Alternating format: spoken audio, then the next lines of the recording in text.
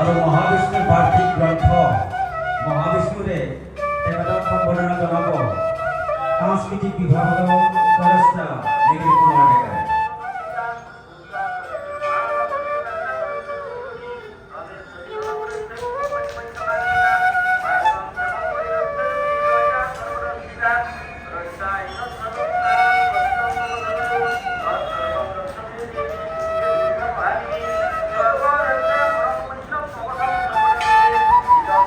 আৰু এইবাৰ এই দিহানাম প্ৰতিযোগিতাৰ বিচাৰক অনুসন্ধানত মাননীয় কুমুদ মালাকৰ ডাঙৰে এখন ফুৰাম গামোচা আৰু আমাৰ বাৰ্ষিক গ্ৰন্থ মহাবিষ্ণুৰে সম্বৰ্ধনা জ্ঞাপন কৰিব সাংস্কৃতিক বিভাগৰ উপদেষ্টা নিখিল কুমাৰ ডেকাই।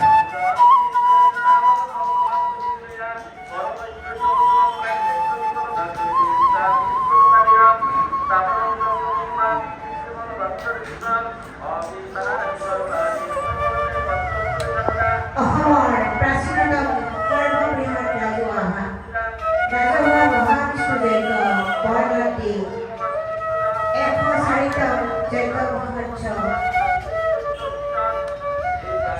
মহোৎসৱৰ সকলো কৰ্মকৰ্তা তথা ধৰ্মপ্ৰাণ ৰাইজলৈ মই সেৱা যাচিলোঁ। লগতে 1922 চনত আৰম্ভ হোৱা এই মহাবিষ্ণু যজ্ঞভাগ 2026 চনৰ চত মাহৰ পূৰ্ণিমালৈকে চলি আছে। বহুজনৰ কৰ্ম পৰিশ্ৰম আৰু ত্যাগৰ বিনিময়ত তেখেতসকললৈও মই মোৰ সশ্ৰদ্ধা প্ৰণাম যাচিছোঁ। দিহানা চাওকচোন যে আজি দিহানা উন্মোচন কৰিবলৈ মোৰ দৰে মূঢ়মতী এজনক ইয়ালৈ নিমন্ত্ৰণ কৰি আনিছে। গতিকে মই কমিটিৰ সমূহ বিষয়ববীয়াৰ লগতে অনিয়ালৈও মোৰ শ্ৰদ্ধা নিবেদন কৰিছোঁ, কাৰণ এইখিনি সন্মান মোক মাতি আনি তেখেতসকলে দিলে। দিহানাম হ'ল যি নামে আত্মাক দিহানে আৰু ভগৱানৰ গুণানুৰ কীৰ্তন কৰি যি নামৰ দ্বাৰা ভকত আৰু ভগৱন্তৰ এনাজৰী সুদৃঢ় কৰিব পাৰি। সঁচা কৰি যেতিয়া নামভাগ পৰিৱেশন কৰা হয় তেতিয়া ভকতৰ মনত অপাৰ আনন্দ, দুশ্চিন্তা মনত নাই, হিংসা মনত নাই, আছে মাত্ৰ ভগৱান কৃষ্ণৰ প্ৰতি সন্মান, মৰম, ভালপোৱা, ভক্তি। আৰু সেয়েহে এই দিহানাম যদিও আগতে এই নামভাগ চোতালত আয়তী নাম হিচাপে বিখ্যাত হৈ পৰিছিল, এতিয়া প্ৰতিযোগিতাসমূহত এই দিহানাম ভাগ মঞ্চত পৰিৱেশন কৰিব লোৱা হৈছে। এইটো যেন আমাৰ অসমীয়া জাতিৰ কাৰণে বহুত ভাল পদক্ষেপ। এই দিহানাম ভাগ যেতিয়া মঞ্চলৈ প্ৰতিযোগিতাৰ ৰূপত আহিছে, তেতিয়াৰ পৰা আমি দেখা পাইছোঁ যে আমাৰ মহিলাসকলৰ সময়ৰ বহুত অভাৱ হৈছে। তেখেতসকলে আগৰ মহিলাৰ দৰে অ'ত ত'ত গৈ ইঘৰ সিঘৰত গৈ কথা পাতিব সময় নোপোৱা হৈছে। আৰু এই নামভাগৰ মঞ্চত পৰিৱেশনৰ কাৰণে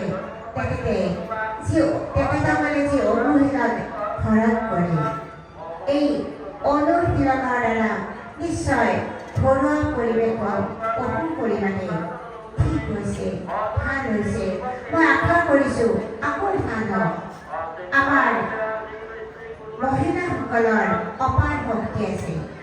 এই অপাৰ শক্তিৰে তেখেতসকলে সমাজখন গঢ়ি তোলক, কিন্তু তাৰ আগতে তেখেতসকলে নিজৰ ঘৰখন ঠিকে ৰাখিব লাগিব। আমি আমাৰ সাধনাৰ দ্বাৰা দিব পাৰে সঁচাকৈ ভগৱান কৃষ্ণই কৈছে যে পবিত্ৰ হৃদয়ত তেওঁ সদায় থাকে গতিকে পবিত্ৰ হৃদয় হ'ব লাগিলে আমি শিক্ষা বিদ্যে কুচিন্তা এৰিব লাগিব আৰু তেতিয়া নিশ্চয় আমি ভগৱানক পাম অপাৰ সাধনাৰে আমি ভগৱানক আমাৰ হৃদয়ত পাব পাৰোঁ আৰু আমি এই সাধনাৰ দ্বাৰা আমাৰ জীৱনটো যেনেভাৱে পৰিচালনা কৰিব বিচাৰোঁ তেনেকুৱাভাৱে আমি পৰিচালনা কৰিব পাৰোঁ এই ক্ষেত্ৰত এটা সুন্দৰ সাধু মই ক'ব বিচাৰিছোঁ এখন ৰাজ্যত এজন ৰজা আছিল তেওঁৰ ল'ৰা ছোৱালী নাছিল সেইটোৱে হৈছে সেই ৰজাজনৰ বন্ধু ৰজাই সদায় ভগৱানক ভাবিছিল কেনেকৈ তেওঁ ৰজাৰ পুত্ৰ হিচাপে স্বীকৃতি দিব পৰা এটা পুত্ৰ পায় তেওঁ জন্ম দিয়ে হওক বা অন্যান্য উপায়েৰে হওক মুঠতে ভগৱানে তেওঁক এটা সন্তান দিব লাগে এইটো হ'ল তেওঁৰ পৰম আশা সকলোকে সুধিলে কেনেকৈ তেওঁ ল'ৰা সন্তানটো পাব কিন্তু কোনেও ইয়াৰ উপায় দাঙি ধৰিব নোৱাৰিলে এদিনাখন এজন তান্ত্ৰিক তেওঁৰ ওচৰলৈ আহিছিল তেতিয়া সেই তান্ত্ৰিকজনক ৰজাই সুধিছিল মই এটা পুত্ৰ সন্তান পাব বিচাৰোঁ কেনেকৈ পাম তুমি ক'ব পাৰিবানে তেতিয়া তান্ত্ৰিকজনে কৈছিল হয় মহাৰাজ মই ক'ব পাৰিম কেনেকৈ পাম আপুনি এটা দেৱ শিশুক বলি দিয়ক আৰু তেতিয়া আপোনাৰ এটা পুত্ৰ সন্তানৰ জন্ম হ'ব ৰজাজন বৰ দয়াশীল আছিল তেওঁ নাভাবিলে যে কোনোবাৰ পুত্ৰ সন্তান আনি বলি দিব আৰু তেওঁ নিজৰ পুত্ৰ সন্তান লাভ কৰিব গতিকে এই কথাটোকে তেওঁ ৰাইজক ঢোল পিটি জনাই দিলে যে মই এটা পুত্ৰ সন্তান পাব বিচাৰোঁ আৰু তাৰ কাৰণে মই এটা দেৱ শিশুক বলি দিব লাগিব এই দেৱ শিশুটো কোনে মোক দিব মই যিজনে মোক দিব সেই মাক দেউতাকক অপাৰ ধন সম্পত্তি দিম তেতিয়া ঘৰ মানুহবিলাকে ভাবিলে যে আমাৰটো দিব পাৰোঁ কোনোবাই ভাবিছে আমাৰটো দিব পাৰোঁ তেনেকুৱা সময়তে 9টা সন্তানৰ পিতৃ মাতৃ এজন ওলাই আহিল মহাৰাজৰ ওচৰলৈ যে মহাৰাজ মই দিম মোৰ 9টা সন্তান গতিকে কনিষ্ঠ সন্তানটো আপোনাক দিম আমি বহুত দুখীয়া আৰু সেয়েহে আপোনাক কৰা উপকাৰৰ বিনিময়ত আপুনি যি ধন সম্পত্তি দিব সেই ধন সম্পত্তিৰে মই মোৰ পৰিয়ালটোৰ ভৰণ পোষণ দিম ৰজাই কথা মতে কাম কৰিলে সেই সময়তে ৰজাই ভাবিলে যে যিহেতু শিশুটো বলিয়ে দিম তাৰে আগতে কিছু ৰাজ্যখনৰ কিছু দৃশ্য তেওঁক দেখুৱাই লওঁ এই বুলি শোভাযাত্ৰা এটা কৰি দেৱ শিশুটো আগত লৈ তেওঁ গোটেই ৰাজ্যখন ঘূৰালে দেৱ শিশুটোৰ মনত বহুত দুখ লাগিল যে আজি কিছু মুহূৰ্তৰ পিছতেই মোক বলি দিব আৰু মই মৰি যাম সেই দুখ মনেৰে তেওঁ মাক দেউতাকৰ ফালে চালে দেখিলে যে মাক দেউতাকে অকল এধানি মানৰ চকু পানী টোকা নাই। তেওঁৰ বৰ বেয়া লাগিল। তাৰপিছত তেওঁ আত্মীয় কুটুম্বৰ চালে আৰু আত্মীয় কুটুম্বকো দেখিলে যে তেওঁলোকেও কোনো ধৰণৰ দুখ প্ৰকাশ কৰা নাই। তেওঁ নিজৰ ভাগ্যকে দোষ দি বলিশালত উঠিবলৈ তৈয়াৰ হ'ল। শোভাযাত্ৰা শেষ হ'ল। ৰজাই সুধিলে, তোমাৰ কিবা ইচ্ছা আছে নেকি? যদি খাবলৈ ইচ্ছা আছে তুমি কোৱা, মই তোমাক খোৱা বস্তু যোগাৰ ধৰি দিম। তেতিয়া দেৱশিশুটোৱে কৈছিল, মহাৰাজ, মোক খোৱা বস্তু নালাগে, মাত্ৰ 10 মিনিট সময় মোক দিয়ক। তেতিয়া ৰজাই ক'লে, যোৱা, সেই 10 মিনিট তুমি কেনেকৈ লোৱা তুমি লোৱাগে। ৰাজসভাৰ পৰা কিছু দূৰত এটা বালিৰ দম আছে। দেৱশিশুটোৱে সেই বালিৰ দমটোলৈ গ'ল। প্ৰথমতে এটা বালিৰে ঘৰ নিৰ্মাণ কৰিলে। আপোনালোকে নিশ্চয় জানে যে আমি আমাৰ স্তৰৰ যিখিনি মহিলা বা পুৰুষ আছে, আমিও এটা সময়ত বালিৰ ঘৰ সাজিছিলোঁ। আৰু সেই দেৱশিশুটোৱেও সেই বালিৰ ঘৰ এটা নিৰ্মাণ কৰিলে।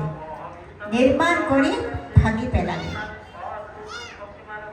দ্বিতীয়বাৰ আৰু এটা বালিৰ ঘৰ সাজিলে, সেইটোও তেওঁ ভাঙি পেলালে। তৃতীয়বাৰ আৰু এটা বালিৰ ঘৰ সাজিলে, সেইটোও ভাঙি পেলালে। চতুৰ্থবাৰ এটা সাজিলে। সাজি তেওঁ ভগৱানক ক'লে, ভগৱান, মোৰ ভাগ্যখন চোৱাচোন কেনেকুৱা। মা দেউতাৰ নৱম সন্তান মই। বিনা দ্বিধাই মা দেউতাই আজি ৰজাৰ ওচৰত মোক বলি দিব আনিছে। মোৰ ইয়াত কোনেও আত্মীয় যদিও আছে নাই বুলি ক'ব লাগিব, কাৰণ মোৰ বাবে কোনেও ইয়াতে দুখ কৰা নাই। গতিকে ভগৱান, তুমিয়ে যি কৰা, মই একান্ত মনে তোমাক ভাবিছোঁ, এই মৃত্যুৰ সময়খিনিত তুমি মোৰ বিচাৰখন কৰিবা। দেৱশিশুটোৰ এনেকুৱা প্ৰাৰ্থনা শুনি ভগৱান কৃষ্ণই সেই বালিৰ ঘৰটোত আহি দেৱশিশুটোক দেখা কৰিলে আৰু ক'লে, বাছা, তুমি দুখ নকৰিবা, মই দুহাত মেলি তোমাক গ্ৰহণ কৰিবলৈ ৰৈ আছোঁ। তোমাৰ আত্মাটো মোৰ ওচৰলৈ আহিবই। তোমাৰ শৰীৰটো তাতে পৰি থাকিব, তুমি কিন্তু মোৰ ওচৰতে আহিবা। মই ৰৈ আছোঁ, তুমি আহা। দেৱশিশুটোৱে এটা মিচিকিয়া হাঁহি মাৰি সুন্দৰভাৱে বালিৰ ঘৰটো তাতে এৰি থৈ ৰজাৰ ওচৰলৈ আহি আৰু ক'লে, মহাৰাজ, মই মৃত্যুৰ বাবে সাজু হৈছোঁ। তেতিয়া মহাৰাজে সুধিলে যে তোমাক মই দুটা প্ৰশ্ন কৰিম, তুমি মোক কিন্তু উত্তৰ দিব লাগিব। দেৱশিশুটোৱে ক'লে, নিশ্চয় মহাৰাজ। তুমি যে প্ৰথম, দ্বিতীয়, তৃতীয় ঘৰটো সাজিছিলা আৰু ভাঙিছিলা, আৰু চতুৰ্থ ঘৰটো তুমি সাজিছিলা, সাজি উঠি সুন্দৰভাৱে চাই, কিছু সময় চাই তুমি আহোঁতে হাঁহি হাঁহি ৰাজসভালৈ আহিছিলা, কাৰণ কি মই জানিব পাৰিম? তেতিয়া দেৱশিশুটোৱে কৈছিল, নিশ্চয় মহাৰাজ, নিশ্চয় আপুনি জানিব পাৰিব যে প্ৰথম ঘৰটো মই সাজিছিলোঁ মা দেউতাৰ কাৰণে, কিন্তু মা দেউতাৰ অন্তৰত কোনো দুখেই ফুটি নুঠিল, আৰু সেইকাৰণে মা দেউতাই মোৰ সেই ঘৰটোৰ উপযুক্ত নহয় বুলি ভাবি মই ভাঙি পেলালোঁ। দ্বিতীয় ঘৰটো সাজিছিলোঁ মোৰ আত্মীয় কুটুম্বৰ কাৰণে, কিন্তু আত্মীয় কুটুম্বয়ো মোৰ কাৰণে অকণমান মৰম চেনেহ দেখুৱাই এধানি চকু পানী টুকা নাই। গতিকে মই দ্বিতীয় ঘৰটো খঙতে ভাঙি পেলালোঁ। তৃতীয় ঘৰটো ভাঙিলোঁ যে তৃতীয় ঘৰটো সাজিছিলোঁ মোৰ ভাগ্যক ধিয়াই। মা দেউতাৰ 9টা সন্তান মোকহেনো ভগৱানে মহাৰাজাৰ বলিদানত উঠাই দিব লাগেনে? এয়া হ'ল মোৰ ভাগ্য। গতিকে মোৰ এই ভাগ্যক ধিয়াই মই তৃতীয় ঘৰটো ভাঙি দিলোঁ। কিন্তু চতুৰ্থ ঘৰটো সম্পূৰ্ণৰূপে বান্ধিছিলোঁ ভগৱান কৃষ্ণক ধিয়াই, যে তেওঁৱেই মোৰ অৱশেষত মোৰ জিৰোৱা এটা স্থল। আৰু সেয়েহে মই বিপদৰ সময়ত এজন ভক্তই কাতৰে ভগৱানক প্ৰাৰ্থনা কৰিছোঁ, তেতিয়া ভগৱানে মোৰ এই প্ৰাৰ্থনা শুনিলে আৰু মোক দেখা দিলে। অৱশ্যে আপোনালোক কোনেও দেখা নাই, মাত্ৰ মই দেখিছোঁ ভগৱানক। আৰু দুহাত মেলি তেওঁ মোক তেওঁৰ ওচৰলৈ মাতিছে। গতিকে তেওঁ যেতিয়া মোক ঠাই দিলে তেওঁৰ হৃদয়ত, তেওঁৰ গলাত, মই আৰু একো চিন্তা কৰা নাই। মই মৰিবলৈ চিন্তা কৰা নাই। মই আপোনাৰ ওচৰলৈ আহিছোঁ যে মই মৃত্যুৰ বাবে সাজু। তেতিয়া মহাৰাজে ভাবিলে এই দেৱ শিশুটো কিমান বুদ্ধিয়ক হ'ব পাৰে। যদি কিবা কাৰণত ইয়াক মাৰি পেলাওঁ নিশ্চয় মোৰ অনিষ্ট হ'ব পাৰে। গতিকে তেওঁ তান্ত্ৰিকজনক সুধিলে, তান্ত্ৰিক, তুমি যে কৈছা এই দেৱ শিশুটো বলি দিলে মোৰ পুত্ৰ সন্তান হ'ব, কিবা গেৰাণ্টি আছে নেকি? তান্ত্ৰিকজনে ক'লে, অ' মহাৰাজ, নাই, নহ'বও পাৰে, ছোৱালীও হ'ব পাৰে। তেতিয়াহ'লে তুমি কিয় কৈছিলা? অ' নহয়, মই কৈছোঁ আৰু ক'ব লাগে যে মই সেইকাৰণে কৈছোঁ, নহয় নেকি? তেতিয়া দেৱ শিশুজনৰ মাক দেউতাকক মাতি আনি ৰজাই ঘোষণা দিলে যে আজি ৰাজসভাত মই ঘোষণা কৰিলোঁ, মই সন্তান জন্ম নিদিওঁ, আকৌ এই ল'ৰাটোকো বলি নিদিওঁ। যিহেতুকে এই ল'ৰাটো মাক দেউতাকে মোৰ কোলাত উঠাই দিছে তেওঁক বলি দিবলৈ, আজিৰ পৰা এই ল'ৰাটোৰ কোনো ধৰণৰ খা খবৰ মাক দেউতাকে ল'ব নালাগে। এই শিশুটোৱেই মই আজিৰ পৰা জন্ম দিলোঁ। এই দেৱ শিশুটো আজিৰ পৰা মোৰ, আৰু ভৱিষ্যতে এই দেৱ শিশুটোৱে ৰাজ্যভাৰ লৈ সুন্দৰভাৱে চলাব পাৰিব।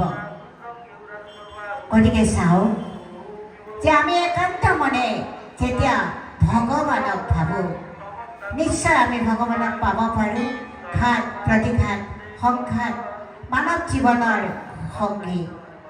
এই ঘাত প্ৰতিঘাতবিলাকত আমি তিল তিলকৈ মৃত্যুৰ মুখলৈ গৈ থাকিলেও ভগৱানৰ প্ৰতিচ্ছবি আমি পাহৰিব নালাগিব। আৰু দিহানামৰ জৰিয়তেও আমি একান্ত মনে যেতিয়া দিহানাম পৰিৱেশন কৰিম, ভগৱানক আমি দেখা পাব পাৰোঁ। আই মাতৃসকল, মই আৰু বেছি প্ৰেমৰ জৰি হৰি নাম, প্ৰেমৰ জৰি ভকত আৰু ভগৱন্ত এই